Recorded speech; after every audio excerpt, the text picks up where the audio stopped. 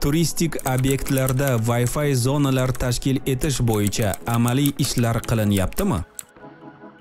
Bu bo'yicha O'zbekiston Respublikasi Prezidentining 53-26 farmoniga ko'ra mana shu Wi-Fi zonalarini tashkil etish bo'yicha tadbirkorlik subyektlariga tegishli imtiyozlar taqdim etilgan. Shunga asosan Toshkent shahrida hozirgi kunda ikkita katta mana shu kompaniyalar tomonidan Toshkentning markaziy ko'chalari, turistik majmualar, undan tashqari turistik obyektlarda Wi-Fi'lar tashkil etilmoqda, Wi-Fi hududlari. Hozirgi kunda aytib o'tishim mumkin, bu Sola kompaniyasi hamda Innovation Technologies kompaniyasi tomonidan amalga oshirilib kelayotgan ishlarni unda 1450 ta edi, mana shu kungacha hozir oxirgi ko'rsatkich bo'yicha 2000 ga yaqin Wi-Fi nuqtalari tashkil qilindi.